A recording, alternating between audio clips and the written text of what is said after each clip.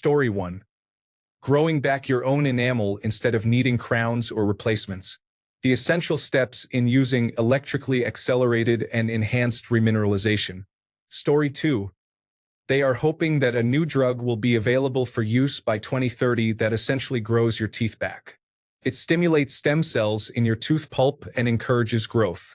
Also, to my understanding, this drug was originally being tested as an Alzheimer treatment in Japan. Story 3. A cure for symptomatic rabies. Using monoclonal antibodies, scientists were able to alter the immune response in rats' central nervous system significantly during infection. This is awesome because before this treatment, once you showed symptoms, you were essentially dead. Rabies is also a lot more common in Asia and Africa, with roughly 56,000 cases a year. Story 4. The publication in question left out an important element that needs addressing before we can raise our arms in excitement. Earthquake warning system up to 2 hours. Permanent global positioning system antennas are located all over the world and more densely at fault zones. About a year ago, geologists found that if they stacked all historical global positioning system data proximal to large earthquakes, they saw there is a very small acceleration of the surface about 2 hours before the actual earthquake. We are only missing the technology to make even more precise global positioning system measures, so we can do this in real time on singular regions. It is proven that this happens, and we can warn of earthquakes with significant time span. And the land movement is so subtle that only by lumping all the data together did the precursor stand out, Blettery says.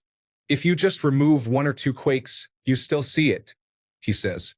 But if you remove half, it's hard to see. This is not a solution or has saved any lives, but it is an absolutely staggering discovery that will have a significant focus in the upcoming years. Story 5. Geothermal energy. People have figured out how to reuse all the drilling technology developed for hydraulic fracturing to dig geothermal wells almost anywhere. Geothermal has the benefits of nuclear energy, reliable base load power without the downsides. The footprint is smaller, and unlike nuclear power, you can turn it on and off pretty quickly, which is important for filling the gaps in green energy when the sun does not shine or the wind stops blowing. The United States government just cleared out almost all the red tape for digging geothermal wells on public land too. Basically, it is now as easy to dig a geothermal well as it is to dig an oil well. They are even looking at using geothermal wells like batteries by pumping water into them and pressurizing them. So when there is an excess of solar or wind electricity, it can be stored in the geothermal wells. Story 6. Curing addiction with a diet drug. Glucagon-like peptide ones. There have been lifelong alcoholics, drug addicts, people with eating disorders, gamblers, and others who have lost all desire for these things while on Ozempic, Wegovy, and semaglutide. They are conducting studies already. Story 7. Early diagnosis and treatment of Parkinson's, I think. I've been following a story for a few years now of a woman who could smell Parkinson's and is now working with researchers to turn her unique ability into an early screening test. Story 8. I have a lot of family that works in different pharmaceutical companies. We were recently discussing that there is a very promising treatment for Alzheimer's in the works that could stop the progression of the disease and maybe reverse some of the brain damage. It's still in the testing phase and wouldn't be on the market for years, but it's something that would be awesome to be able to use. Story 9. Treating depression with neuromodulation therapy instead of medications. Stanford is heavily involved in clinical trials using their Stanford Accelerated Intelligent Neuromodulation Therapy treatment. It essentially uses transcranial magnetic stimulation in a similar way to deep brain stimulation but is less invasive and better tolerated. I am trying to get into one of their clinical trials. I am looking forward to a day when I do not need medication to stop me from wanting to die. I am on antidepressant number 7 or 8 at this point, and finding one that works, does not make me manic, does not kill my libido, and does not make me gain weight is impossible. Currently taking vilazodone, which is not too bad, but probably not as effective as it should be. I will say that after years of missing the sensation of getting chills from music, I am finally back to getting those goosebumps whenever I listen to music that hits just right. My doctor thought this was unusual but super cool. My doctor is also very supportive of me pursuing that clinical trial. The coolest part is that if you are in the placebo group, they will give you the real therapy after the trial is over. Thank you for all the replies, support, comments, and questions. I have received too many replies to respond individually. I will try to answer some stuff here. Where do I sign up? I applied here. You can also look at clinical trials in the United States to search for other trials. How is this different from transcranial magnetic stimulation? I was not aware how far the technology had already come. This particular treatment is more targeted with the hopes it will last longer and be more effective. Thank you to everyone who shared their transcranial magnetic stimulation experiences, both positive and negative. Have you tried medication X? Wow, lots of developments on the drug front as well. Again, thank you for sharing your experiences with different medications. Also adding that taking daily medication is tough. Many folks with depression, bipolar disorder, attention deficit hyperactivity disorder, and other illnesses, including physical illnesses, struggle to comply and take medications as prescribed. Hopefully, treatments that do not require medication become the norm in the near future. Everyone deserves to feel normal. Well, you know how folks always offer unsolicited advice by saying, "Have you tried?" Most of us with chronic illnesses have and will try just about anything for relief. The clinical trials and practical use of transcranial magnetic stimulation are promising. There are several peer-reviewed studies as well as real-world evidence showing this promise. Personally, I always look for studies and research before exploring a new option. Thank you to those who sent me a Reddit Cares message. I am okay and not a danger to myself or others. I very much appreciate the concern. I think that is most of it. I will go through the replies again and address other questions when I have time. To those of you who struggle with mental health or have a loved one who is struggling, much love and support to you. My father was bipolar type 1, and I wish he had more treatment options before he committed suicide. Story 10. This is rather an engineering issue, but a lot of scientists are working on this as well. Red, green, blue micro light emitting diode displays. We can currently build fairly efficient blue and green micro light emitting diodes from indium gallium nitride, but the red ones are missing. Red light emitting diodes have been available for much longer than their blue counterparts, but we currently cannot make them small enough for a high pixels per inch display. Many researchers and companies are trying to get the red ones working with several different approaches, and I believe we will see the first commercial applications starting from smartwatches, smartphones, and augmented reality/virtual reality goggles within the next 5 years. Story 11. Targeted cures for neurodegenerative diseases such as Alzheimer's, Parkinson's, and multiple sclerosis are being explored. I am currently doing my PhD in a new style of vaccine for Alzheimer's disease, and the advancements made in the last few years are incredible. Immunotherapies really are the next major step aside from gene editing. To clarify wording, as several replies to this comment have stated, cure is a strong word. There has been a significant shift in recent years towards a more preventative approach in treatment research, rather than reactive treatments. Unfortunately, with neurodegenerative diseases, by the time symptoms appear, it may be too late to effectively treat the condition, as is the case with Alzheimer's and Parkinson's. I will not comment too much on multiple sclerosis as it is admittedly a bit outside my field, though the general principles are similar in terms of my research. So rather than curing the condition after it has already manifested and presented symptoms, we and other researchers are hoping to develop treatments that do not necessarily halt disease progression, but work to prevent it from occurring in the first place. I hope this clarifies things. Story 12. Genetic editing.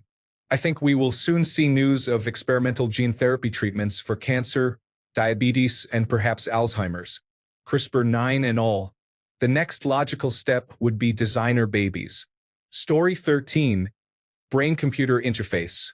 I worked on one 10 years ago. It barely worked, but you could see the potential. However, a few weeks ago, someone played a 6-hour Civilization 6 session using only their brain. Story 14.